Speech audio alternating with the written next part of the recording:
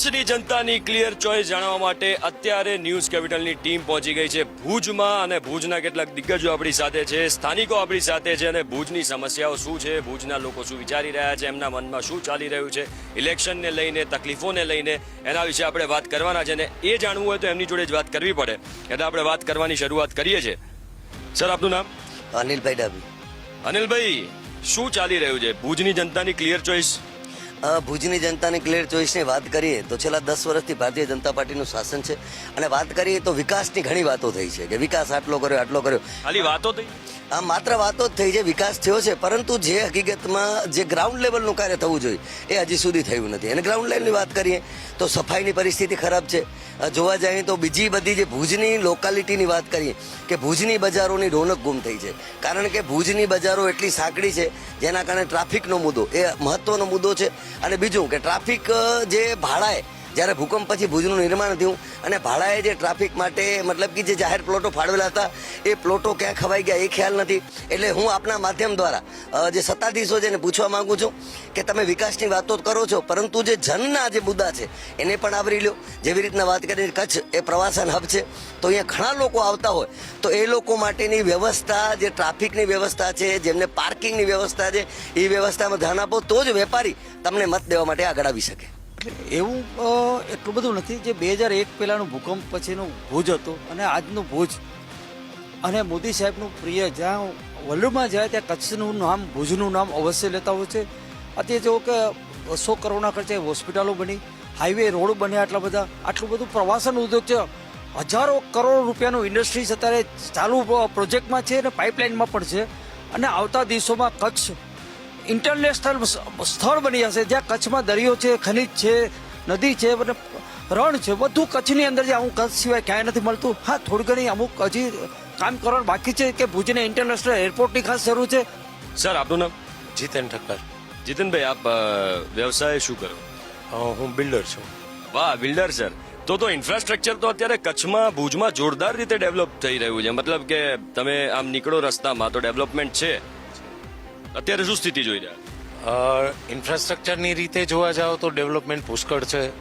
અત્યારે કચ્છની વાત કરીએ તો ખાવડાની વાત કરો કે અબડાસાની વાત કરો કે રાપરની વાત કરો, કચ્છ સૌથી મોટો જિલ્લો છે. પણ જો આ છેવાડાના એરિયાઝમાં પણ જો આટલું ડેવલપમેન્ટ થઈ રહ્યું છે તો એ ફક્ત ને ફક્ત અત્યારે મોદી સાહેબનું જે વિઝન છે એના પ્રમાણે થઈ રહ્યું છે. એ હકીકત છે કે લોકલ લેવલ ઉપર કામોમાં થોડા સંકલનનો અભાવ છે અને એ સંકલન ઉપર ધ્યાન ઉપરથી આપવું પડશે. પરંતુ વિકાસ નથી થયો કે કચ્છને અન્યાય થયો છે એ વાત બિલકુલ ખોટી છે. બિલકુલ સર. આપનું નામ સર? મારું નામ ધીરજ રૂપાણી. ધીરજભાઈ, રોજગારી વધારો થયો કે નહીં ભુજમાં ડેવલપમેન્ટની સાથે? બધા અલગ અલગ વાતો કરી રહ્યા છે, પરંતુ હું તો એટલું જ કહીશ કે ખરેખર 2 કરોડ જે યુવાઓને રોજગારી આપવાની વાત છે એ રોજગારીની વાત હજી ક્યાંય પણ પૂરી થઈ નથી. વાસ્તવિકતા આખી અલગ છે. ભારતીય જનતા પાર્ટી મોટા મોટા દાવા કરે છે, પરંતુ હકીકતમાં જો મોટા મોટા દાવા કરતી હોય અને 6 લાખ મતોથી જીતવાની વાત થતી હોય તો ખરેખર કોંગ્રેસના માણસોને શા માટે પક્ષમાં લેવામાં આવે છે? સાહેબ, મારે પૂછવું છે આમને કે ભારતીય જનતા પાર્ટીના ખૂબ વખાણ કરે છે. પહેલે તો એ ભારતીય જનતા પાર્ટી વર્તી હતી અહીંયા કચ્છ આપની ડિબેટમાં આવ્યા છે એ એમને પૂછો. હું વાત કરીશ ભુજના ઇન્ફ્રાસ્ટ્રક્ચરની.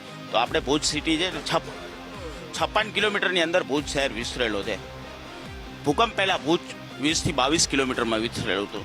રાજ્યની અંદર કચ્છ જિલ્લો સૌથી મોટો વ્યાપ ધરાવતો છે. પ્રવાસન ઉદ્યોગની વાતો કરે છે. પ્રવાસન ઉદ્યોગનો હેડ ભુજ છે. તો ભુજને મહાનગરપાલિકાનો દરજ્જો ન આપવામાં આવ્યો. કચ્છ ભાજપની નેતાગીરી, ભુજ ભાજપના ધારાસભ્ય કેમ ચૂપ છે? ભારતીય જનતા પાર્ટીના પક્ષમાં વાત નથી કરતો, અત્યારે એક નિષ્પક્ષ નાગરિક તરીકે વાત કરું છું. ભાઈ બી અત્યારે બોલ્યા ટુરિઝમનું હબ બન્યું છે, સ્વીકારે છે કોંગ્રેસ. ટુરિઝમનું હબ બન્યું છે, કોણે બનાવ્યું? ભાઈ ઈ બી કહે છે કે ભૂકંપ પછી આટલો વિકાસ થયો છે. ભૂકંપ પછી વિકાસ થયો છે તો એ વિકાસ કઈ સરકારમાં થયો? ઈ બી ભાઈ સમજે છે પણ બોલી નથી શકતા કારણ કે કોંગ્રેસનો કેસ પહેરેલો છે.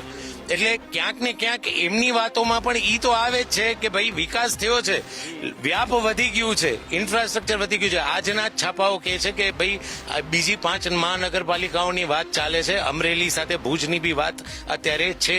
એના માટે બધાએ પ્રયત્નો કરવા જોઈએ. ફક્ત હું એવું માનું છું કે ભાઈ ધારાસભ્ય કે સંસદ સભ્ય કામ કરે છે એની સાથે સાથે લોકોની જાગૃતિ પણ એટલી જ આવશ્યક છે. અવાજ ઉપાડો. ગાંધીધામને મળે છે આપણે કહીએ છીએ, પણ ગાંધીધામની ચેમ્બર પગ ખોડીને ઊભી રહે છે ત્યારે મળે છે, ભુજની ચેમ્બર ઊભી રહે છે પગ ખોડીને. સર, આપે લોકોની પણ વાત કરી. લોકોનું હું પૂછવા માંગુ, લોકો શું જોઈને મત કરવા જાય છે? જોવા જઈએ તો આ વખતે દરેક જગ્યાએ હરણફાળ વિકાસની ચાલી રહી છે, વાત થઈ બધી.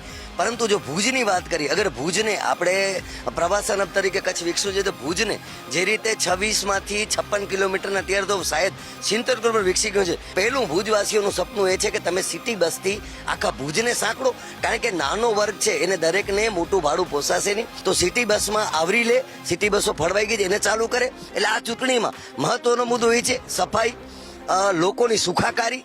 આ 3 મુદ્દાને જો ભાજપ અથવા તો કોંગ્રેસ જે પણ સ્વીકારશે, કારણ કે હું એક સામાન્ય જન, એક સામાન્ય વેપારી તરીકે વાત કરું, તો જો વેપારીને વધારે વિકસાવવા હશે, વેપારીનું ભલું ઈચ્છવું હશે, તો સિટી બસ અને રેલ સેવામાં સુધારો લાગશે, તો જ આ વખતે મારો મત એ જ પાર્ટીને જશે અથવા તો એ જ ઉમેદવારને જશે જે અમારા ભુજના સપનાને સાકાર કરશે અને ભુજને રમણીય બનાવશે. બિલકુલ.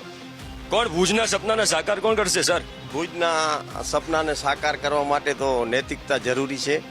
કારણ કે સાંસદશ્રીની વાત કરીએ તો અત્યારે કાલે જ અખબારોમાં વાંચ્યું કે એમની જે 5 કરોડની ગ્રાન્ટ આવે છે એમાં એણે 50% ગ્રાન્ટ પણનો સદુપયોગ કર્યો નથી. ને ટોટલી એનો ઓલ ઓવર જોઈએ તો 10 વર્ષથી ભાજપની ડબલ એન્જિનની કહેવાતી સરકાર છે. નંબર 2, વિકાસની વાત કરો છો. વિકાસ તો એક સ્વયંભૂ પ્રક્રિયા છે.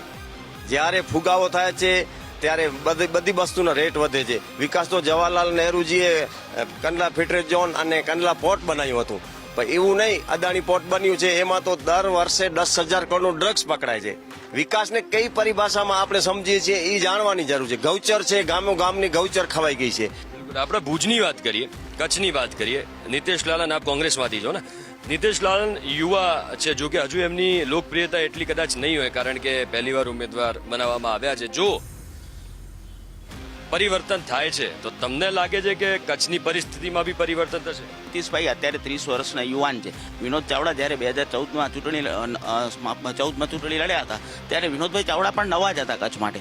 અને દરેક માણસ રાજકારણમાં જ્યારે પદાર્પણ કરે છે ત્યારે નવા હોય છે અને એની લોકપ્રિયતા એના કામો ન થકી એ આગળ વધી એના પાર્ટીની વિચારધારાના કારણે આગળ વધતા હોય છે. તો અત્યારે આપણે ભુજમાં હતા. ભુજના કેટલાક લોકો, દિગ્ગજો, સ્થાનિકો સાથે વાત કરી, ભુજની સમસ્યાઓને જાણી છે. આવી જ રીતે ગુજરાતભરમાં ફરવાનું છે. આના પછી આપણે રાપર જઈશું ને એના પછી ઉત્તર ગુજરાતમાં મળવાના છે. એટલે તમે ત્યાં સુધી જોડાયેલા રહેજો ન્યૂઝ કેપિટલ ગુજરાતની સાથે. તો જનતાની ક્લિયર ચોઇસમાં અત્યારે સમય થયો છે એક બ્રેકનો. બ્રેક પછી ફરી એકવાર મળી. તો ભુજની જનતા જોડે આપણે વાત કરી, જનતાની ક્લિયર ચોઇસ જાણી. કેટલાક સ્થાનિકો હતા, કેટલાક કોંગ્રેસના આગેવાનો હતા, બીજેપીના સભ્યો હતા. એમના મનમાં શું ચાલી રહ્યું છે, ભુજની સ્થિતિ શું છે એ જાણીને આવી રીતે ગુજરાતભરમાં અલગ અલગ જગ્યાએ ફરવાનું છે. ત્યાં શું સ્થિતિ છે એ જાણવાની છે, લોકોના મનમાં શું ચાલી રહ્યું છે એ જાણવાનું છે. હવે અમે રાપરમાં જવાના છે ને એના પછી ઉત્તર ગુજરાતમાં. એટલે લોકોના મનમાં શું ચાલી રહ્યું છે ઇલેક્શનને લઈને, જો તમારે જાણવું હોય તો તમે જોડાયેલા રહેજો ન્યૂઝ કેપિટલ ગુજરાતની સાથે.